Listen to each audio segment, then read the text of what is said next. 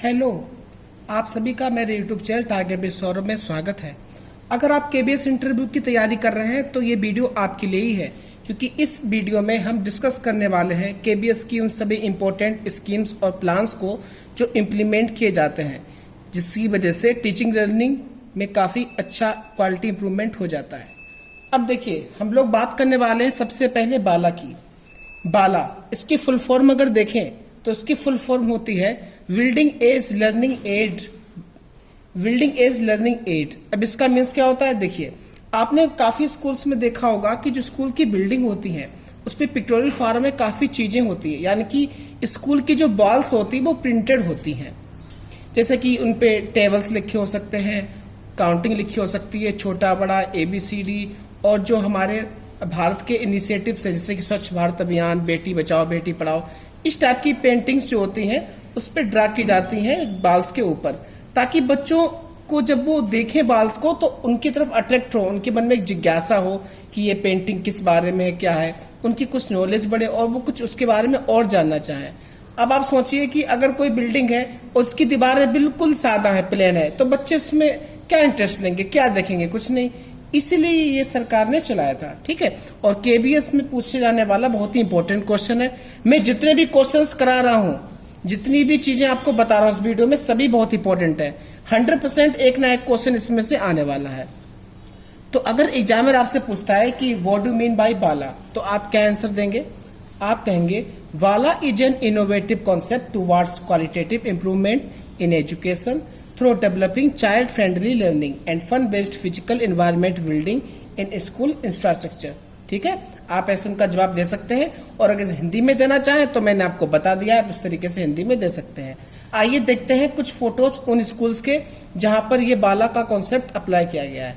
देखिए, ये देखिए, ये एक विद्यालय है जिसमें मंस के नेम क ख ग घ करके, और ये एक ट्री दिया हुआ है और शेप्स दी हुई हैं, काफी चीजें दी गई हैं। आप इससे अंदाजा लगा सकते हैं कि बाला के तहत कैसे स्कूलों में डिजाइनिंग की जाती है। देखिए, नेक्स्ट फोटो देखते हैं हम लोग। इसमें देखिए, स्कूल की दीवार पर circle, cone, cylinder, prism, pyramid, cube, cuboid, triangle, इन सभी की फोटोज को खूब अच्छे से प्रिंट किया गया है, वो भी कलर्ड, ताकि बच्चे इसे देखकर उत्सुक हों और इसके बारे में और जानने की कोशिश करें। ठीक है, वंदना भी लिखी है और सोलर सिस्टम को दिखाया गया है, डेज, मंथ्स, नेम, ईयर, सब कुछ दिखाया गया है। आप देख सकते हैं कि किस तरीके से प्रिंटेड किया जाता है बॉल्स को स्कूल्स की। और देखिए, नेक्स्ट देखते हैं। ये देखिए, प्राथमिक विद्यालय हुसैनगंज। इसमें देखिए, यहाँ पर जो इनिशिएटिव है हमारे देश का बहुत ही बड़ा, बेटी बचाओ बेटी पढ़ाओ, इसका लोगो यहाँ पर स्कूल में लगाया गया है, ताकि बच्चों को ये जानकारी मिले कि बेटी बचाओ बेटी पढ़ाओ नाम की एक स्कीम है, एक योजना है, एक इनिशिएटिव है जो भारत सरकार द्वारा लिया गया है। ठीक है, तो देखिए कितना अच्छा लग रहा है। आइए नेक्स्ट देखते हैं। ये देखिए, एक और आप डिजाइन देख सकते हैं कि एक कुछ सामान को लिए जा रहा है, एक में कुछ कुक किया जा रहा है, कुछ पकाया जा रहा है, एक में बच्चा रो रहा है, क्राई कर रहा है, और एक में कोई किसी को बुला रहा है, और एक में पुश किया जा रहा है, धक्का दे रहा है। तो इन सब चीजों को देखकर ये पता चला है कि कोई ना कोई क्रिया हो रही है, यानी कि वर्ब। तो वर्ब को प्रेजेंट करने के लिए डिजाइनिंग ग्राफिक्स में बच्चों को इस तरीके से किया गया है। ठीक है, ये देखिए इस तरीके से। तो इस तरीके से बाला के प्रोजेक्ट के अंतर्गत काम किए जाते हैं और जो बॉल्स होती हैं स्कूल की, उन पर पेंटिंग और डिजाइनिंग की जाती है। अब हम लोग बात करते हैं नेक्स्ट हमारा आता है विद्या प्रवेश। ठीक है, अगर हम विद्या प्रवेश की बात करें तो this is the part of निपुण भारत। निपुण भारत का ये पार्ट है, और इसमें क्या होता है कि कक्षा 1 में जाने से पहले बच्चों को तैयार किया जाता है। अब देखिए, अगर कोई बच्चा है, मान लीजिए, अगर आप उसे डायरेक्ट स्कूल में ले जाएंगे, क्लास फर्स्ट में एडमिशन दिला देंगे, तो बच्चा डर जाएगा, सहम जाएगा। ठीक है, अचानक से टीचर्स को देखेगा, इतना बड़ा स्कूल देखेगा, बच्चों को देखेगा। तो बच्चों को स्कूल जाने से पहले रेडी किया जाता है, ठीक है, ताकि वो तैयार हो जाए क्लास फर्स्ट में जाने के लिए। तो उसके लिए क्या होता है, 3 months play based school preparation module. बच्चों के लिए 3 महीने का play based school preparation module तैयार किया जाता है, जिससे बच्चा कक्षा 1 में जाने के लिए तैयार किया जा सके। विद्या प्रवेश के अंतर्गत ये सब काम किया जाता है। ठीक है, आई होप आप समझ गए होंगे। आइए नेक्स्ट बात करते हैं ECCE की। ECCE की बात करें तो इसकी फुल फॉर्म है yearly childhood care and education. जैसा कि आप सभी जानते हैं ECCE बहुत ही इंपॉर्टेंट है। जो हमारी न्यू एजुकेशन पॉलिसी आई थी 2020 में, उसमें ECCE पर बहुत ही ज्यादा जोर दिया गया है। इसके बारे में काफी विस्तार से बताया गया है। तो देखिए ECCE में क्या होता है। अगर हम ECCE की बात करें तो जो हमारे राज्य स्कूल के स्कूल होते हैं, राज्य वाले स्टेट स्कूल्स, उनमें इसको जानते हैं आंगनवाड़ी के नाम से। जैसा कि आप जानते हैं आंगनवाड़ी के नाम से जानते हैं। लेकिन अगर KVS की बात करें तो वहां बाल वाटिका और प्री स्कूल के नाम से ECCE को इम्प्लीमेंट किया जाता है। ठीक है, अब देखिए ECCE की जरूरत क्यों पड़ी, ये इनिशिएटिव क्यों KVS लाया। एक्चुअली क्या हुआ, एक सर्वे किया गया। उस सर्वे में ये पाया गया कि 55% बच्चे तो अक्षरों को पढ़ भी नहीं पा रहे हैं, समझ नहीं पा रहे हैं, काउंटिंग नहीं आती है, लिखना नहीं आता, पढ़ना नहीं आता है। क्लास 3 के बच्चे 55% पाए गए सर्वे में, और सिर्फ 13 to 15% ही बच्चे ऐसे थे जो अक्षरों को पहचान पाते थे, उन्हें काउंटिंग आती थी, उन्हें टेबल्स आती थी और वो पढ़ना लिखना जानते थे। सिर्फ 13 to 15% बच्चे। तो फिर सरकार ने ये सोचा कि ऐसे तो बुनियादी शिक्षा बहुत ही बेकार है, इसका स्तर बहुत ही खराब है, बच्चे इतना भी नहीं जानते, क्लास 3rd में आ गए हैं, तो आगे वो क्या करेंगे। इसीलिए केंद्र सरकार ने, NCERT ने मिलकर ये निर्णय लिया कि ECCE का इम्प्लीमेंट किया जाए, और न्यू एजुकेशन पॉलिसी में ECCE को इम्प्लीमेंट किया गया। तो इसके बारे में आइए देखते हैं। Every child in the range of 3 to 6 years has access to free, safe, high quality, developmentally appropriate care and education by 2025। ठीक है, अगर इसका हम मीन्स बताएं हिंदी में तो कोई भी बच्चा जो 3 से 6 साल की रेंज में आता है, ठीक है, उसको फ्री यानी कि मुफ्त, सेफ यानी कि सुरक्षित, हाई क्वालिटी अच्छी गुणवत्ता की, डेवलपमेंटली अप्रोप्रिएट यानी कि उसके विकास पर आधारित केयर एंड एजुकेशन प्रोवाइड करेगा। कब तक, 2025 तक। ये ECCE के तहत होता है। ठीक है, आई थिंक मैंने अभी तक आपको जो भी समझाया आपको समझ में आ गया होगा। अब आइए नेक्स्ट बात करते हैं सफल की। सफल ये भी एक इनिशिएटिव है। ठीक है, ये एक स्कीम है KVS की। अगर सफल की फुल फॉर्म की बात करें तो structured assessment for analysing learning. ठीक है, तो सफल जो इनिशिएटिव है ये CBSE के द्वारा इंट्रोड्यूस किया गया था, और इसका फोकस था बेसिक लर्निंग आउटकम।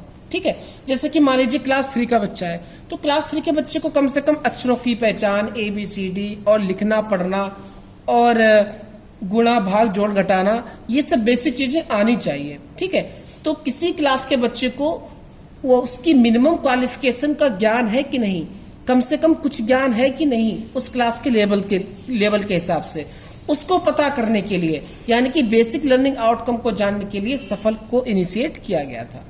ठीक है, ये कॉम्पिटेंसी बेस्ड असेसमेंट था जो कि मेन करके क्लास 3rd, 5th और 8th पर फोकस किया गया था।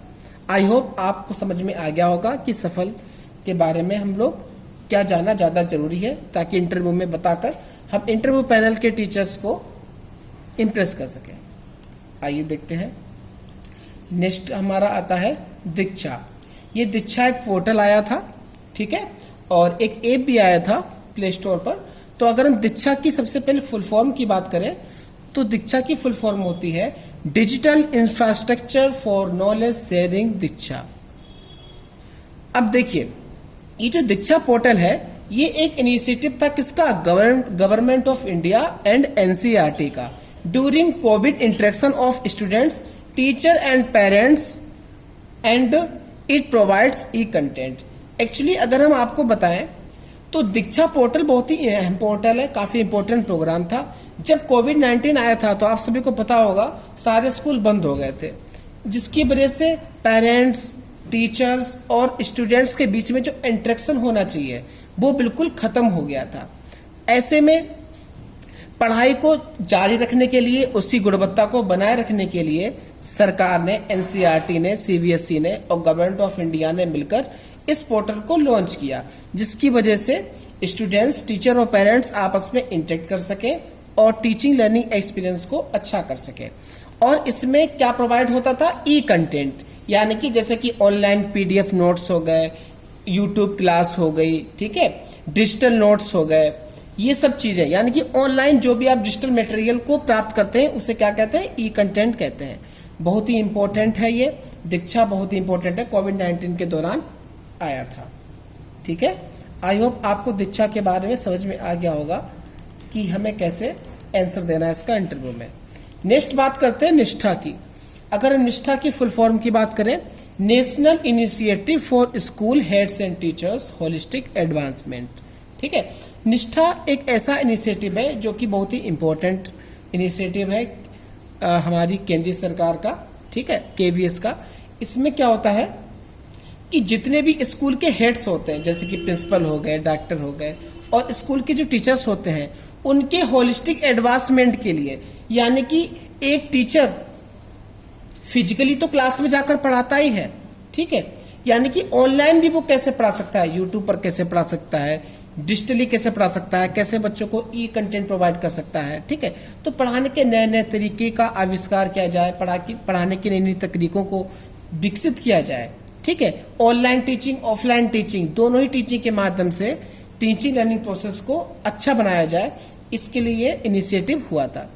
तो मेन करके जो इनिशिएटिव था वो था एक टीचर की कैपेसिटी को बिल्ड करने के लिए, एक टीचर की पढ़ाने की और समझने की क्षमता को बढ़ाने के लिए। इसमें स्कूल के हेड्स और टीचर्स को ट्रेनिंग दी जाती थी। ठीक है, अगर हम बात करें प्राइमरी क्लास की, तो क्लास 1 to 5 के लिए निष्ठा प्रोग्राम आया था, और प्री प्राइमरी के लिए आया था निष्ठा 3.0, और अगर बात करें क्लास 6 to 12 के लिए तो आया था निष्ठा 2.0। ये रहा निष्ठा के बारे में, इससे ज्यादा आपको नहीं बताना है। ठीक है, आपसे ये नहीं पूछेंगे कि निष्ठा कब इंट्रोड्यूस हुआ था, निष्ठा कब आया था, इसकी डेट वगैरह नहीं पूछेंगे। अगर इंटरव्यू पैनल में कोई पूछेगा तो ये पूछेगा कि निष्ठा के बारे में आप क्या जानते हैं। ठीक है, आई होप आपको निष्ठा के बारे में क्लियर हो गया होगा, और बाला के बारे में आपको ऑलरेडी क्लियर कर चुके हैं। तो ये रहे सारे इंपॉर्टेंट क्वेश्चंस जो इंटरव्यू में 100% पूछे ही जाने वाले हैं। तो अगर आप इंटरव्यू में जाने वाले हैं तो इन सभी क्वेश्चंस को अच्छे से तैयार करके समझकर जाइएगा। ठीक है, आशा करता हूं आपको ये वीडियो पसंद आई होगी। अगर हमारी वीडियो पसंद आई हो तो हमारी ऐसी आगे आने वाली नेक्स्ट वीडियोज को देखने के लिए हमारे चैनल टारगेट विद सौरभ को सब्सक्राइब करें, वीडियो को लाइक करें और अपने ज्यादा से ज्यादा दोस्तों को शेयर करें, ताकि ये नॉलेज आपके दोस्तों तक भी पहुंच सके। मिलते हैं नेक्स्ट वीडियो में, तब तक के लिए जय हिंद, जय भारत।